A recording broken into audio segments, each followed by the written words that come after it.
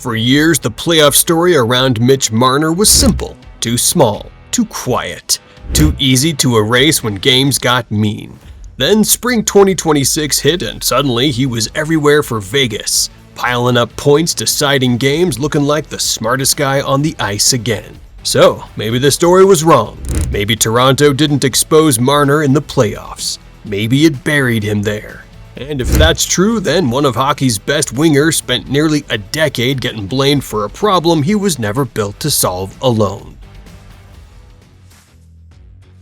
When Toronto drafted Mitch Marner 4th overall in 2015, it felt almost too neat. Local kid, huge skill, big smile. He wasn't just another prospect, he looked like the kind of player fans could attach themselves to because he played with joy.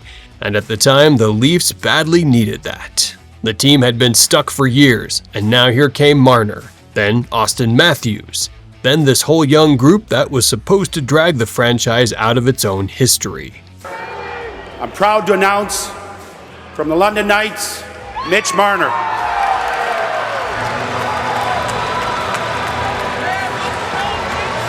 Get space for himself in the NHL. With that speed and with those hands, you have a little bit of respect.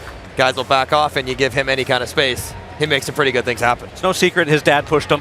He was on skates at 2, started focusing on skills at 4. You know, he's very superstitious as well, guys. Nobody touches his sticks except him. Early on, Marner fit the dream perfectly. He produced right away, and not in a fake empty-calorie way either. He drove play, created chances, killed penalties, picked off passes. Saw seams other guys just didn't see. He could be flashy, sure, but the deeper appeal was how much work he did without the puck. That mattered in Toronto because if you're going to get worshipped there, you better look busy every second. Marner always did. Coaches trusted him. Teammates leaned on him. Fans loved him until they didn't. They got a little rest for the... Marner picks it off, driving the net. Marner to the goal, score! Oh, baby, what a play by Marner! Mitch Marner goes and just jumps. A lot of that changed in 2019. His contract negotiation dragged through the summer and ended with a 6-year deal worth just north of $65 million, carrying a cap hit of $10.9 million. That number followed him everywhere. The second the ink dried, the mood changed from "look at this hometown star" to "okay, now prove it," every night. And in Toronto, every night really means every shift, every turnover, every playoff game. Every Game 7 replayed 1,000 times on TV and online, until everybody's brain turns to soup. The playoff numbers in Toronto were never awful in a simple sense. That's what makes this whole thing messy. He still put up points, but the pattern that stuck to him came from timing.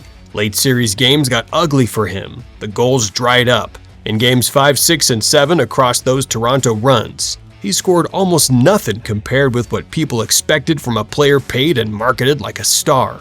And when the Leafs lost, especially to Boston, Montreal, or Florida, Marner became the face people reached for. That pressure got personal in ways that went way past normal sports anger.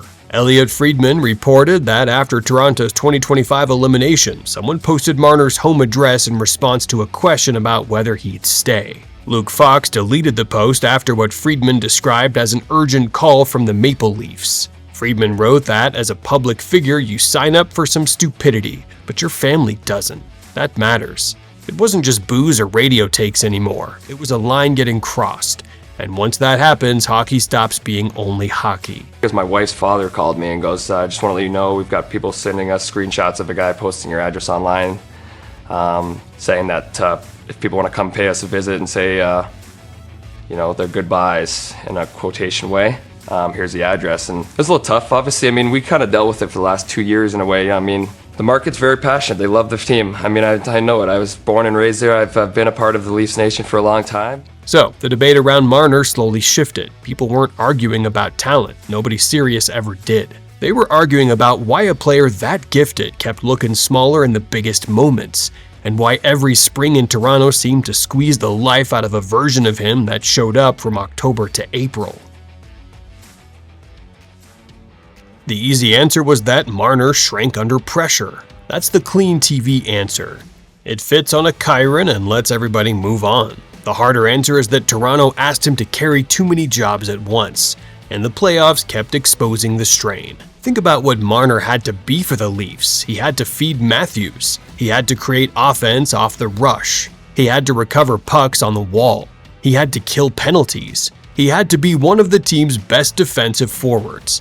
He had to handle top competition because he was usually stapled to the Matthews line. And because he was from Toronto, he also became the emotional lightning rod for the whole operation.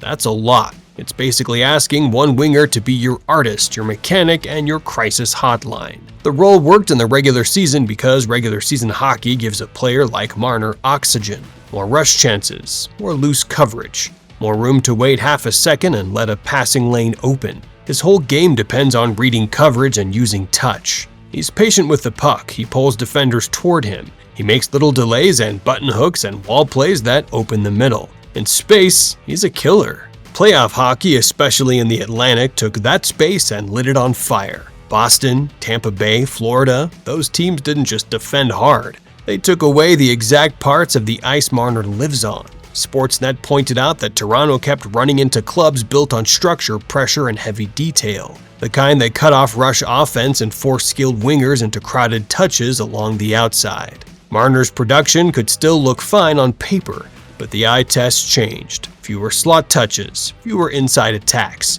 more plays starting farther from danger.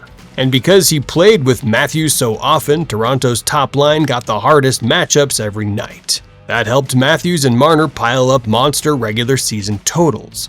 But it also meant playoff opponents could load their best defenders and hardest checking looks onto one place. There was less surprise in Toronto's attack, less freedom, less room for Marner to slip into softer coverage and just dissect people. There was a mental cost too, and this part matters because we actually have reporting on it. Friedman wrote that after the 2019 contract, Marner became hypersensitive to what was being said about him. He read too much social media. Players and staff tried to get him off apps, tried to pull him away from the noise. It didn't really work. Friedman also said people around the team believed Marner was affected on the ice by what he read, and that he'd believe some troll online over what teammates were telling him. That's brutal. Because once a player starts hearing outside voices louder than the ones inside the room, every mistake gets heavier. Now add the front office layer. Repeated playoff failures turned Marner into a symbol. Not the only problem, just the most convenient symbol. Top-heavy cap sheet? Marner symbolized it. Bad roster balance? Marner symbolized it. Another early exit? You guessed it. By the end, he wasn't being judged only on his own shifts. He was carrying the entire argument about why Toronto kept failing. Leaving still wasn't easy. Marner admitted on After Hours there were a couple of sleepless nights and called the decision super tough, saying he and his family tried to make the move that was best going forward. That sounds like hockey talk, but read it plainly and it says plenty. This wasn't just a guy chasing sunshine and blackjack. He needed a different life. You built up a lot of close friendships over the years in Toronto. What was the toughest goodbye for you? There was a couple. I mean, obviously the phone call to Austin, that was a tough one. He had to get back to Arizona pretty quickly after the season. I was gonna try to get a sit down with him before, but it just didn't pan out with everything happening. And that phone call to him was pretty tough. It was pretty emotional. So maybe Toronto didn't reveal some hidden flaw in Mitch Marner. Maybe it built the worst possible playoff setting for a pass first star. Overloaded him, then blamed him when he finally cracked.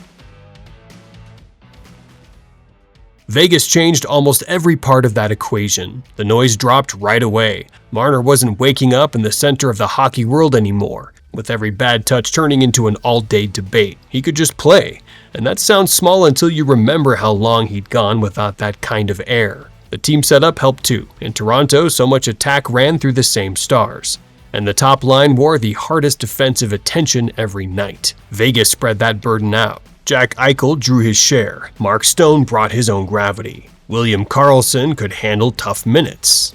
Marner still got trust, but he didn't have to drag the whole emotional load of the franchise behind him every shift. Vegas also used him in a way that fit the player he already was. NHL.com wrote that his role could be first-line wing, second-line center, power play quarterback, or penalty killer. And the answer was basically yes. But the difference was balance. He moved around, he adjusted, and he wasn't buried under the same nightly demands. Sportsnet noted that his short-handed usage dropped from what it had been in Toronto. That matters. It meant more room for offense and less wear from doing every hard job. And the people around him fed confidence instead of doubt. After Marner's hat trick against Anaheim, John Tortorella looked at the old anti-clutch narrative and called it a bunch of BS. That's not subtle. It's also the exact opposite of what Marner had lived with for years. Karlsson praised how vocal he was on the ice, saying you always know where he is because he's always talking. Mark Stone had already dismissed the old idea months earlier, saying, I think it's a Toronto thing. Sometimes a player doesn't need reinventing. He needs people around him who stop treating him like damaged goods. Looks, Marner shoots, and Marner scores! The first hat trick in his playoff career for Mitch Marner, and it's 5-0. Then came the playoff run. He broke through in the closeout game against Utah with 2 goals and an assist. And Tortorella admitted those were the big plays everybody can see. Against Anaheim, it got louder. Hat trick in Game 3, 3 assists in Game 4. Then that goal in Game 6, the one that looked like pure nerve, pure joy, pure freedom. Not survival, freedom. Anaheim attempting to keep it deep, broken up by William Karlsson. He springs a man, Mitch Marner, who's in, and he stuffs it home! Mitchell Marner! It's a stretch pass from Wild Bill. William Karlsson put it right on the money. So no, Vegas didn't teach Mitch Marner how to become a playoff player. Vegas gave him a setting where his brain, hands, and timing could finally breathe. And once that happened, the story around him collapsed fast. Marner didn't suddenly become tougher in Vegas. He finally landed somewhere that let his game show up and spring instead of suffocating it. If you enjoyed this video, you may love this lifestyle video. It's not what you think, and it might even change how you see hockey players away from the rink too.